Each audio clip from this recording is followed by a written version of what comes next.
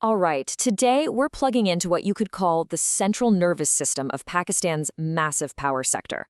We're talking about the one single entity that's responsible for keeping the lights on for an entire nation. So let's dive in and really get to know the company at the heart of it all. 240 million. Just let that number sink in.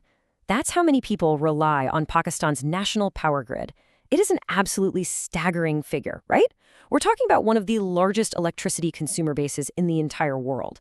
And keeping the lights on for a population that big, well, that is a truly monumental task.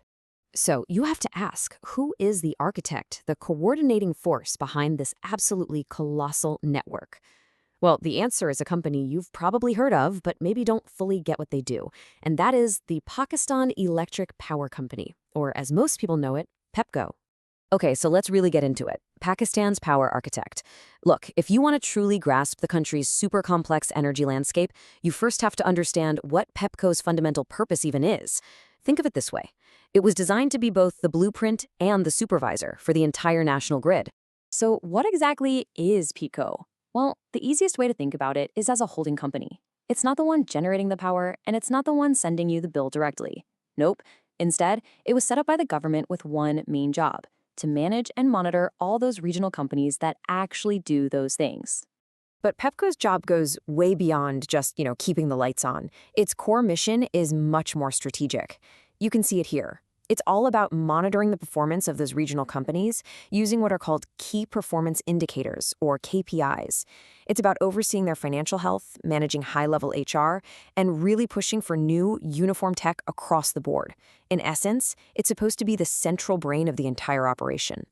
But that begs the question, right? Why was PEPCO even created in the first place? To get that answer, we've got to jump in a time machine and go back to the 1990s. Because back then, Pakistan's power sector looked totally different. See, before PEPCO came along, there was just one giant state-run monopoly, WAPTA.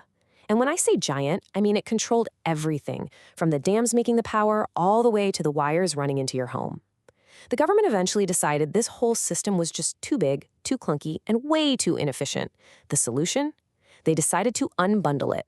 Basically, break it up into smaller, more specialized companies. And PEPCO? Well, PEPCO was the tool they created to manage that whole complicated process. And PEPCO's journey? Well, it's had a few twists and turns. It was born back in '98 with that mission to restructure the old system. By the year 2000, it had officially taken the reins of the new distribution companies. Then, things went a bit quiet for a while. It was kind of dormant, but it was revived in 2020 to get a handle on some growing problems with inefficiency. But the biggest shift of all, that was still on the horizon in 2021. Okay, so what does this whole national power network actually look like on the ground? I mean, to really appreciate PEPCO's role, you have to get a picture of the incredibly complex ecosystem it was built to coordinate. This chart here kind of simplifies the whole network. You've got PEPCO right there in the middle, acting as the coordinator for all the key players. So you have the generation companies, the GenCos, they're the ones producing the actual electricity. Then there's the National Transmission and Dispatch Company, or NTDC. They handle the massive high-voltage grid. And then you have the 11 regional distribution companies, the DISCOs, that bring the power to our homes and businesses. And the glue holding it all together? That's the Power Information Technology Company, the PITC, which manages all the data for this entire system. And really, this quote from its official mandate sums it up perfectly. It says PEPCO's role is to assist the Ministry of Energy in effectively monitoring and oversight of the distribution companies. So basically, PEPCO is the government's eyes and ears on the ground. It's the right-hand man to the Ministry of Energy, tasked with making sure all these different companies are actually doing their jobs. Okay, so remember I mentioned that big change in 2021? This was a really pivotal moment. The government basically looked at the situation and decided, you know what? The old model just isn't cutting it anymore. It's not enough to solve the modern challenges the power sector is facing. And this was not just a simple rebrand. No way. This was a total strategic overhaul. The company got a new name, the Power Planning and Monitoring Company, or PPMC. Its headquarters moved from Lahore straight to the capital, Islamabad, and most importantly, its whole role shifted away from direct, hands-on administrative control and toward high-level, data-driven planning and policy support. Ultimately, the goal here was evolution.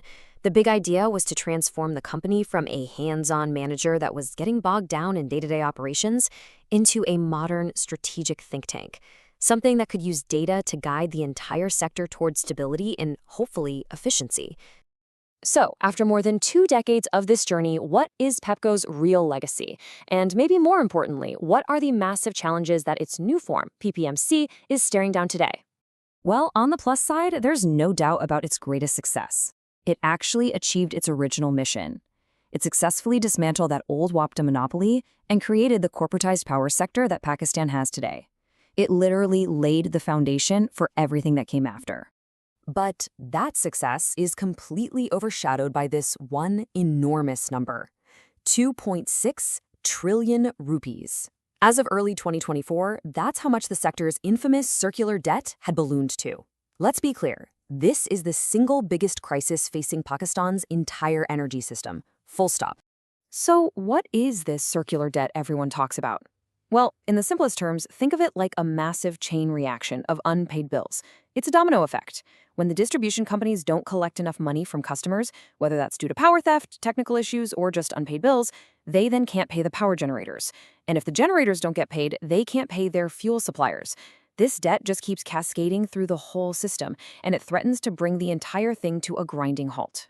And this brings us to the final critical question. You see, the transformation from the old PEPCO to the new data-driven PPMC, that represents a modern plan designed for a very modern crisis.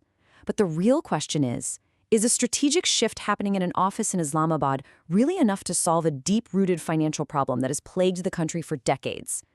The answer to that question, well, it's going to determine the future of power for 240 million people.